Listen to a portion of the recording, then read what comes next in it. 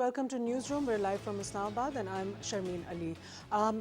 In the recent developments with the Middle East, President Trump at the moment is meeting with Prime Minister Benjamin Netanyahu of Israel, as well as Mr. Benny Gantz, who's his opponent in the upcoming elections. And a new Middle East peace plan is due to be announced later today. And in response to this, the Palestinian Prime Minister, Mr. Mohammed Shtayyeh, has said that this peace plan is biased towards Israel and it violates international law, and it has asked the international community to boycott this US peace plan. Also, we'll be talking about the most recent revelations in a book written by the former National Security Advisor of President Donald Trump, Mr. John Bolton. He has revealed that President Trump did say to him that his military aid to the Ukraine was going to be dependent on the Ukrainian president's cooperation in the investigation against President Joe Biden's son, Hunter Biden, right at the time of the upcoming elections, where Mr. Joe Biden is one of the main rivals of President Trump in the next elections, which are this year, later on this year. So a lot of things happening on the international front right now. We're going to begin with talking about this Middle East peace plan and what the Palestinian Prime Minister has said about it. We're going to be talking to Mr. Ahmed Zaki, who's with us in our studios, who's a Middle East expert. Thank you so much, sir, for joining us in our program. Thank you for having me. Okay, so can we talk a little bit about this proposed Middle East peace plan? There are rumors right now about it. It hasn't been announced officially. It's due to be announced later on today. And it is known to be, it is being said to be very, very biased towards Israel. And that according to the Prime Minister of Palestinian Prime Minister, he says that it's probably the most favorable plan towards Israel ever. It gives sovereignty over Palestinian territory to Israelis. Thank you for having me. And this issue is the longest standing conflict in the United Nations. U.S. was playing the role of mediation for a long time, and a long list of the U.S. presidents, they tried to solve this problem. Unfortunately, they didn't successfully conclude or finish this conflict between Israel and Palestine.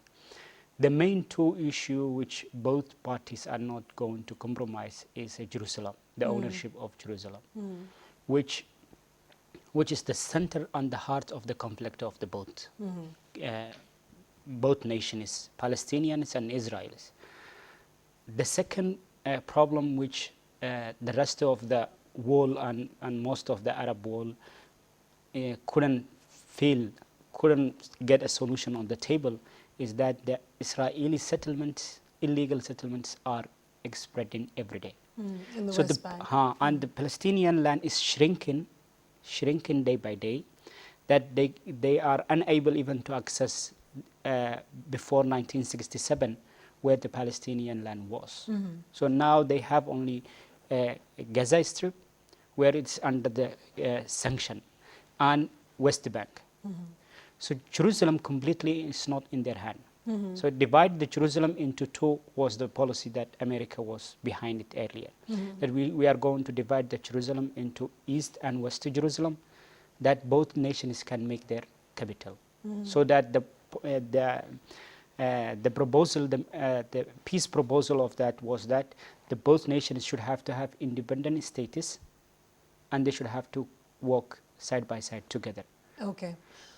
The coming administration, or this Trump administration, he changed all the principles what American president is used to stand with. He started cutting the Palestinian aid, which shows that he have no humanitarian sympathy for any Palestinian And he also refugee. declared Jerusalem the capital of Israel.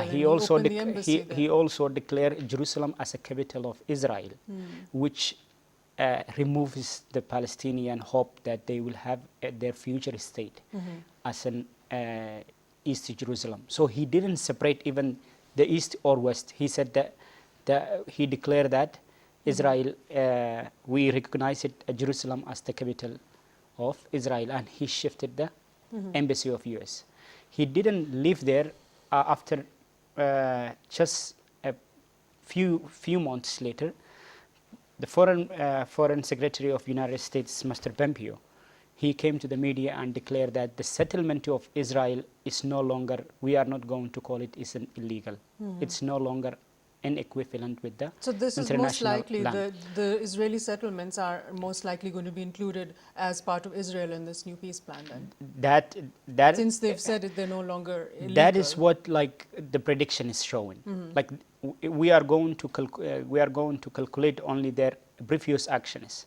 The previous actions shows that they have no sympathy, and there is no even call invitation to Palestinian leaders, Mahmoud Abbas or Prime Minister Mohammed. They didn't call them to Washington for discussion. Yes, exactly. And this shows that they don't need to ask anything about Palestinian to this peace plan. It is sort of that we are going to give you an economic opportunity if you want to live in peaceful. But you have to give up your freedom fight. Okay, And so it shows like that, and that is how he presented like July 2019 last year, when they presented 50 billion investment, 50 billion like aid for Palestinian for economic development, in order to give up the fight against Israel. So if they were already showing some sort of like, we are going to here to help you as an economical position, but we are not going to give you your original land.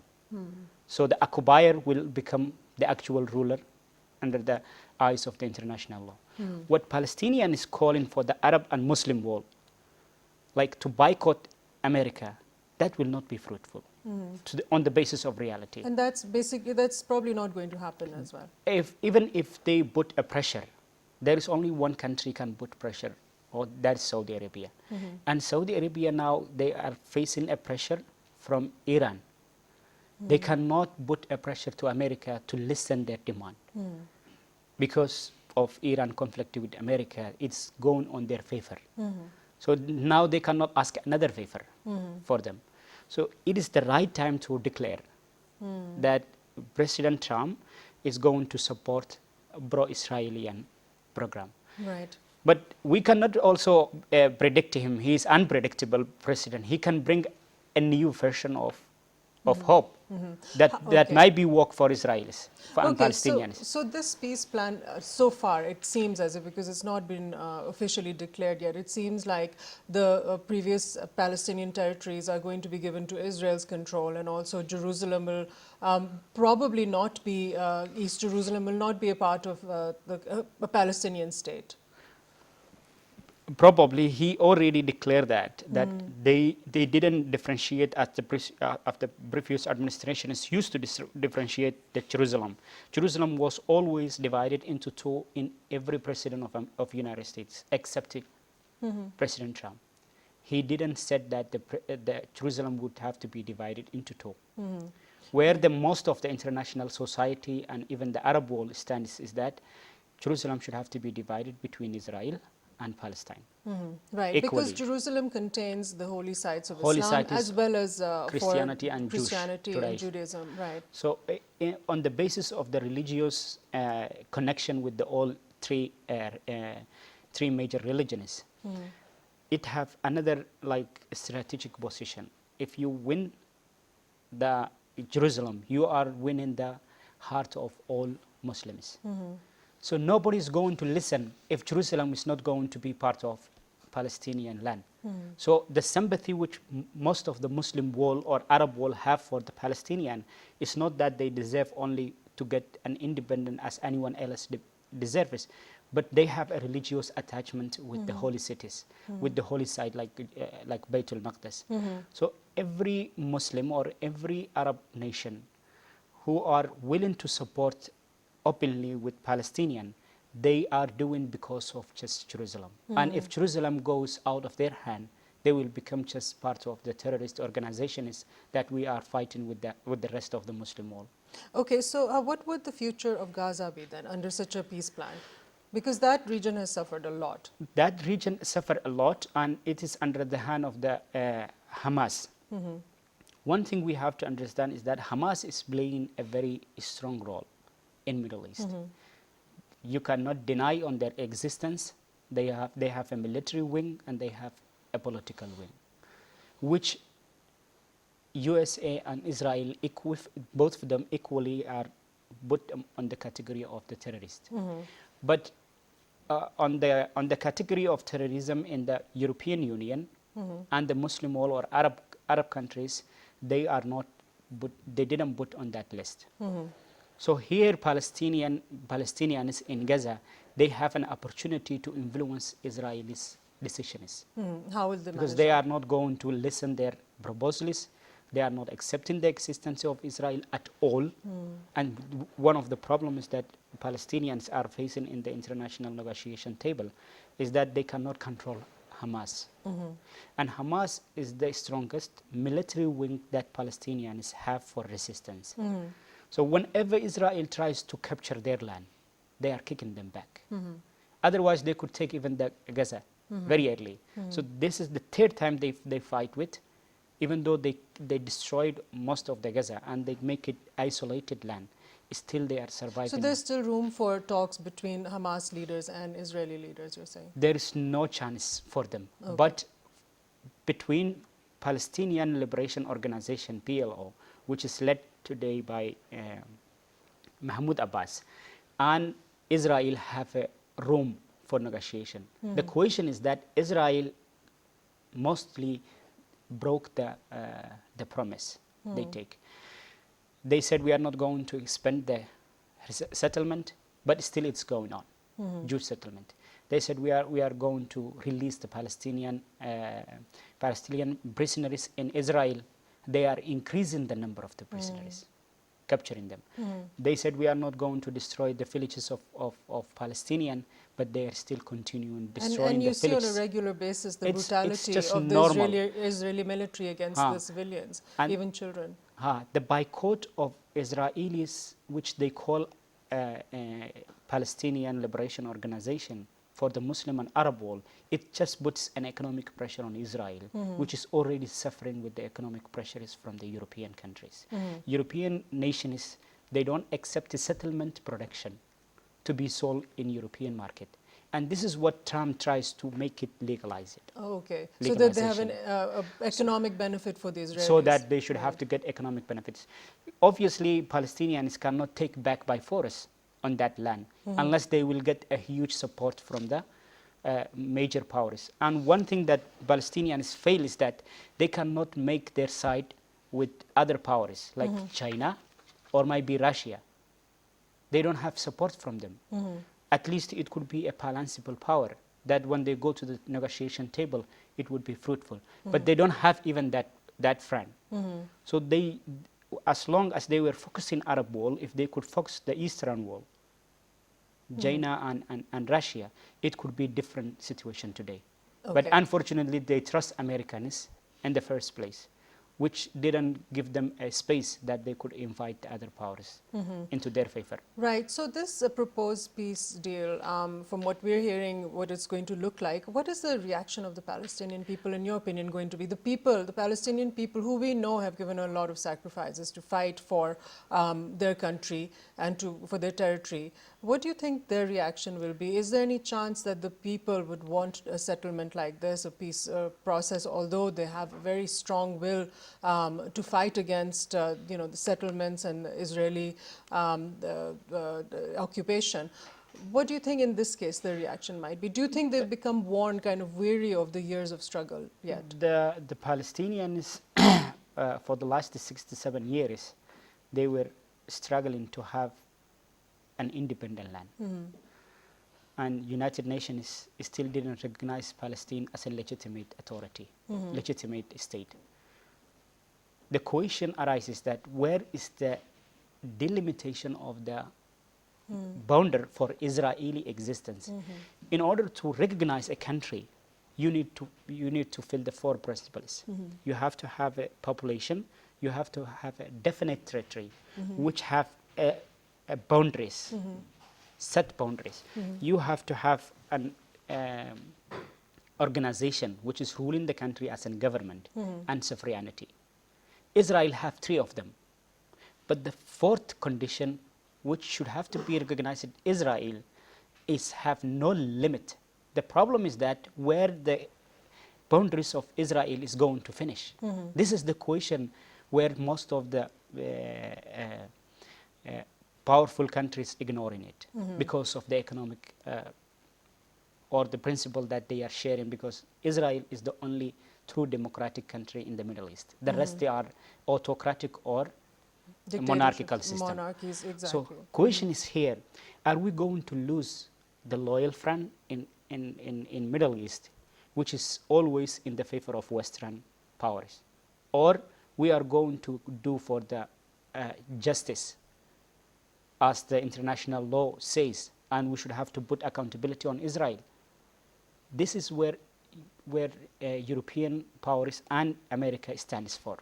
They cannot differentiate, they cannot compromise their own interests for the sake of Palestinians. And Palestinians have nothing economical exchange to offer for the rest of the world. Take, for example, if the Palestinian land could have to have an oil, the story could be different.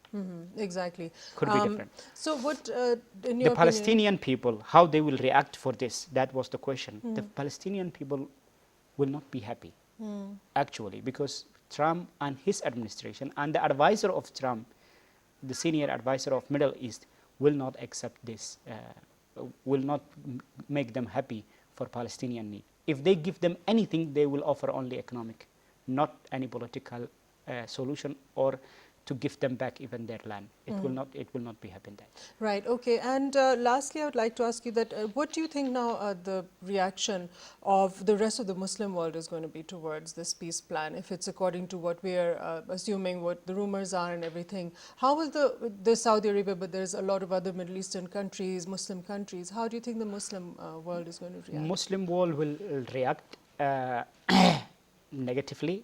Obviously, they will not be happy for that, as they had already reacted Jerusalem, declaration of Jerusalem. And they will react the same, but it will not affect or change anything on the ground. They will react like maybe one or two countries will go farther, like in action, like Turkey, or maybe in Iran. So both of them were already enemy for Israel. What sort of pressure they can put on the table, that it should have to have a diplomatic solution where the Islamic organization should have to lead towards the United Nations and boycott legally and put pressure on the United Nations to stop the illegal settlements for Palestinian land. Right, and it's yet to be seen what the European Union is going to do about this. European Union, they already declared they want to remain silent.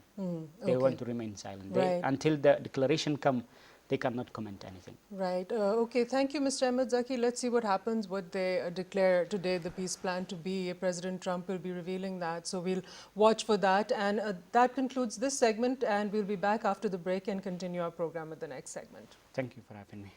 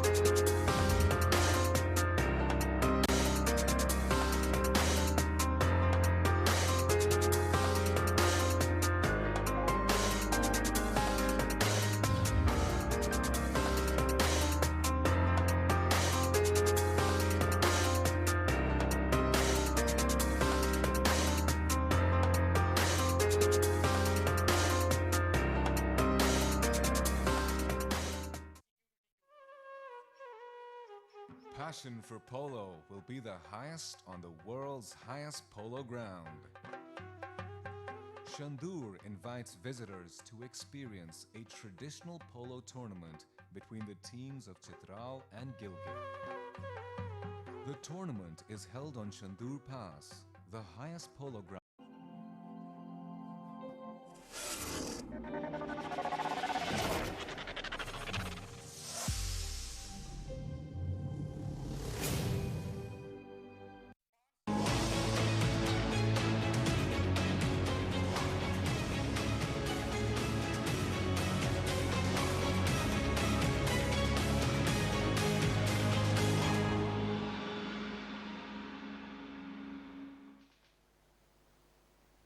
Welcome back. New developments with President Donald Trump's impeachment show that President Trump's former National Security Advisor, Mr. John Bolton, has revealed in a manuscript of his book that is about to be published that President Trump did admit to him that he had made it conditional for Ukrainian aid to go to that country if they were to investigate Joe Biden, his election rival, his son Hunter Biden's involvements on a board of a company in the Ukraine. And at that time, Joe Biden was a vice president under President Obama. So we're going to talk about that on our program now, what implications that might have for President Trump's impeachment trial, what it actually means, how it can affect the Republicans' vote coming up, most of them who are due to probably acquit the president. But first, we're going to show you this report. Second day of opening arguments by Donald Trump's defense at his impeachment trial in the U.S. Senate concluded with the former National Security Advisor John Bolton's account. On Sunday night, a report emerged that the former National Security Advisor John Bolton's forthcoming book says Trump told Bolton that he did not want to send aid to Ukraine until Ukraine delivered the goods on Joe Biden. This threatened to derail Republican hopes of bringing President Trump's impeachment trial to quick close with his acquittal. Trump's defense team responded to the attack on the heart of their case by wholly ignoring it. With a minor exception, neither Bolton's name nor the substance of his book's reported charge came up in the about 7 hours of trial. Meanwhile, a handful of Republicans appear to be moving closer to joining Democrats in a vote for Mr. Bolton. The revelation clouded White House hopes for a swift end to the impeachment trial, fueling Democratic demands for witnesses and possibly pushing more Republican lawmakers to agree. Republicans make up 53 of the 100 seats in the Senate, and a simple majority is needed to call new witnesses. The key question remained, would the Bolton news, or anything else, convince a small group of Republicans to side with Democrats and call witnesses at the trial? The vote on whether to call witnesses is expected to be held on Friday. If it fails, the Senate is expected to acquit Trump immediately. If, on the other hand, witnesses are called, the trial would move into less predictable territory. Second day of opening arguments. So we're seeing that these recent revelations by John Bolton, who was President Trump's former national security advisor, could have huge implications in his impeachment trial. Let's discuss this now with our guest that we have with us online, Mr. Hassan Akbar, who is a foreign affairs expert. Thank you, sir, for joining us. You're welcome. Sir, so these recent revelations by John Bolton, your thoughts on this, how is this going to affect the impeachment trial? Well, I think the news story in the New York Times today that John Bolton in his book has directly accused President Trump of linking the lifting of sanctions with the Ukrainians prosecuting a case against Biden and his son is being linked with, is being called the smoking gun in the impeachment trial. Now, the situation in the Senate right now is that the Republicans have a majority. So President Trump so far has a majority in the Senate and is unlikely to pass the impeachment. However, with something as significant as this coming out in the news, which proves that President Trump's defense, essentially in the impeachment trial, as it has closed today, is on very thin ice, and that you have another witness in the impeachment trial now the former National Security Advisor, John Bolton, claiming that Trump had directly asked him, I think puts President Trump in a very precarious situation. Many people are linking this to the release of the tapes during the earlier trial against President Nixon. So I think it's significant, but whether it will be able to change and put pressure on Republican support for President Trump in the Senate is yet to be seen. But what it's certainly doing now is that it's going to make Republican senators even more uncomfortable in supporting Trump fully as this news story develops. Right. So, and also this move could possibly prolong the impeachment trial, right? Because now other Republican leaders might want to hear what John Bolton says, and it could, I mean, the quick acquittal that the Republicans wanted of President Trump could be affected by this. That is true, and let's not forget that we're close to election year, and so with electioneering coming up, President Trump's defense actually had a very short 2-day defense that they made, and they concluded it today.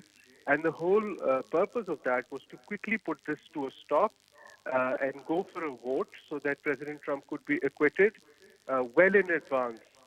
But with this new news, if the impeachment calls for more witnesses to be considered, then I think we'll be in a process where this may in fact be prolonged, which will have negative consequences on President Trump's electioneering later in the year.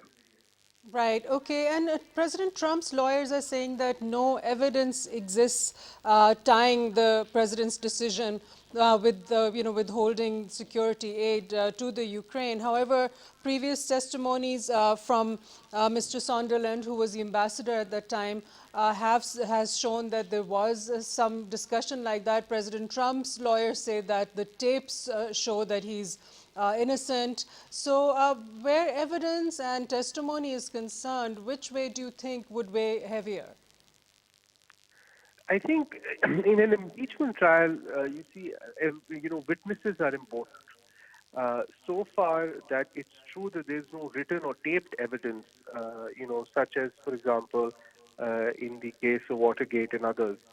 But, you have in this particular case a number of witnesses now who've come up, including Trump's own former national security advisor, who supposedly, allegedly in his book has written that President Trump directly asked him to link the two issues together. I think those are pretty damning evidence. And as the case is being made, Trump's lawyers position that no, legal paper or recording or something like that exists to pin the blame on President Trump. I think the witnesses, as more and more witnesses come around and claim that President Trump directly linked, I think that would create a problem for President Trump. And so far, I think for the Republicans, the fact that there is no direct evidence is helping them support President Trump in the Senate. But as more and more witnesses come, including from within Republican ranks, I think it will make it more difficult for them. So we have to wait and see as the impeachment trial unfolds. Right, okay. And Mr. Trump's response to this has been that Mr. Bolton, he's accused him of lying, and he's saying that he's only trying to sell a book. Yes, but I think that's President Trump's typical reply to most people who have accused him of misusing authority or of, not making the correct decisions. So, notwithstanding President Trump's accusation against Bolton, because when John Bolton was removed from office, it was reported that it was an acrimonious exchange between him and President Trump. So it wasn't a very a good, resignation from John Bolton. And I think that sort of acrimony remains in that relationship between John Bolton and President Trump. So we have to wait and see. I think President Trump's defense will be that I removed this person from office, and therefore he is, just trying to sell a book and falsely accusing me. And usually what happens is that in cases of, in court, in evidence, if you have removed somebody from office and he subsequently accuses you, that witness does not carry a lot of weight. So we have to still wait and see how this develops. But let's not forget that at this point in time, Trump has the numbers in Senate to ensure that the impeachment does not pass. And most of the Republicans are standing strongly behind President Trump, who is their only candidate for the upcoming presidential election. So in all likelihood, despite these revelations, which are going to hurt President Trump on a personal level, perhaps even in terms of his electoral prospects, I think in all likelihood, we're looking at President Trump being able to save himself from impeachment in the coming days. Right. Sir, and also, President Trump and his lawyers have said that these investigations were requested out of a concern for corruption in Ukraine. And his lawyers have said that there was significant evidence that they were corrupt, the dealings in Ukraine. So how does this bear on Mr. Biden's upcoming candidacy? Now, is there going to be an investigation on him? It's very unclear right now. I know that in his campaign trail, people have been questioning him about these investigations. In your opinion, do you think this will have any bearing on him? Well, I think, the questions around President Biden and his son's dealings in Ukraine, certainly there's a question mark around them. President Biden and his team has tried to divert that question mark by saying that this was a political agenda, a vendetta being pursued by President Trump against Biden and his family. But the fact remains that with the questions still remaining unanswered, people in America are going to continue to ask these questions, not just from President Trump, as is happening through the impeachment trial, but also from Joe Biden and his family as the election gets more and more heated in the coming days. Now, what we're seeing in America in the Democratic primary is that Biden is under quite a lot of pressure with rising numbers for Bernie Sanders, who seems to be doing better every passing week. So Bernie is now coming up in numbers and is posing a serious challenge to Biden's candidacy for the Democratic ticket. And so I think as the impeachment trial increases, as the noise around that increases, as more information about those alleged corrupt practices in Ukraine comes to light, I think it will inevitably have an impact on Joe Biden, and likely impact his Democratic ticket run. Right. Thank you so much, Mr. Hassan Akbar, for joining us online. We now have with us online Dr. Adnan Sarwar, who's an international relations expert. Thank you so much, sir, for joining us. Thank you very much. Sir, now, these revelations by John Bolton, President Trump's former national security advisor, which have come in the form of a manuscript, which are basically confirming that President Trump told him that he was withdrawing almost $400 million in military aid to Ukraine unless the Ukrainian government cooperated with him on investigating Mr. Hunter Biden in Ukraine. So, sir, your feedback on this, how do you think the impeachment trial is going to be affected? Well, first of all, despite this very serious allegation, it's also the numbers game in which certainly, mathematically speaking, the Republicans have the upper hand, 53 to the ratio of 47, 53 in favor of the Republicans.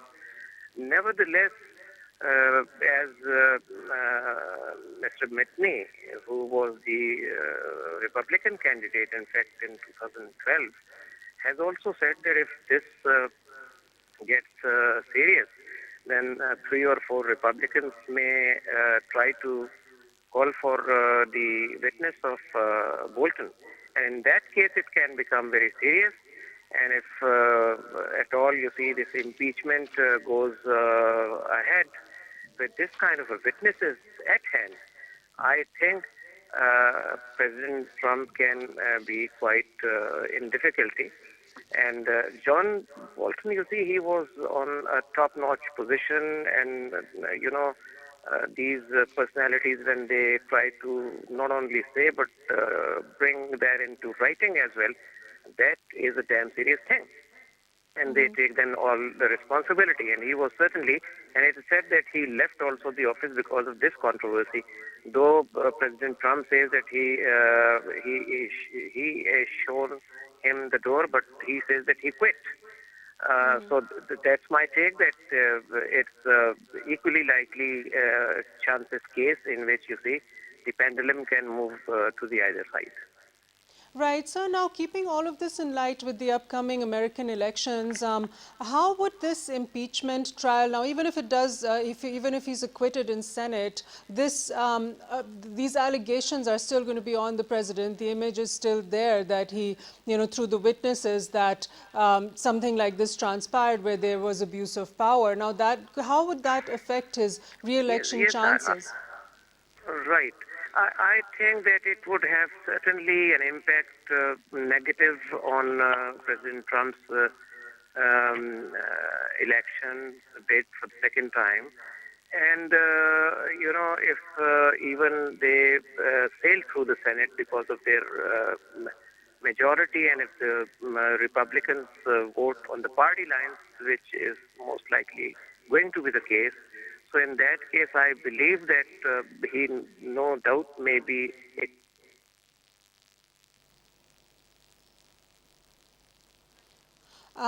We are going to get Dr. Adnan Sarwar Khan back on line with us. We've just lost the connection. So basically, we're discussing what is happening with President Trump's impeachment trial now. This is an election year, and a lot is going to determine what will happen next. This impeachment, how even if he's acquitted, how that will impact his actual campaign, and how his credibility is affected, and also now today the very eminent and important peace plan that President Trump has come up with Prime Minister Benjamin Netanyahu, who's visiting the White House right now, and his opponent Benny Gantz, who's also there right now. That's supposed to be revealed today, and President Trump has a very large evangelical support in the United States, and that is also part of the whole trying to garner election support in the upcoming elections. Sir, thank you for joining us again, Dr. Adnan. Thank you very much. Most welcome. Sir, now we're talking about the prospects for these upcoming elections, and what the image would be of President Trump after this, even if he's acquitted, and that's when our line was dropped. Now, if we keep that in mind, and also today this peace deal is supposed to be revealed by the White House, by President Trump later on in the day today, all of this is leading up to the support for the upcoming elections. We know that President Trump has a very large evangelical support following over there who are in favor of Israel. So all of these things combined, all of the factors with the economy, what is, in your opinion, does President Trump have as a chance to be re-elected? Yes, that's right. Actually, he has got a 50-50 chance in this present backdrop, and no doubt that the Israeli lobby is always there, even in this parliament. But the point is that there is overall collective wisdom of the parliamentarian also. We cannot just say that they would be just trying to be on the wrong side of the history of this trial by just casting their votes on party lines blindly. So I'm sure that as Mr. Metany also had said, that if this gets proved and Bolton is requested and is allowed, in fact, to be a witness, then it can be a very, very serious turning point. And even if he gets acquitted because of all this that you have just mentioned in the shape of the recent Middle East plan, which his son-in-law has prepared and which has a lot of following, I would say that enormous damage would be done to Mr. Trump, and the American people at large would have a further, because he is known to be a little flamboyant president, a little careless also, mercurial also, and though he is always saying that he is highly for the national interest of the United States, America standing for it, and they have got a great economy these days under his leadership, but character and speaking lie, etc., is something I think that on which the larger people of the United States would not compromise. Right. Thank you so much for joining us online, Dr. Adnan Sarwar. That's all the time we have for today's program. And I'd like to thank our viewers for joining us today, and we'll see you next time on Newsroom.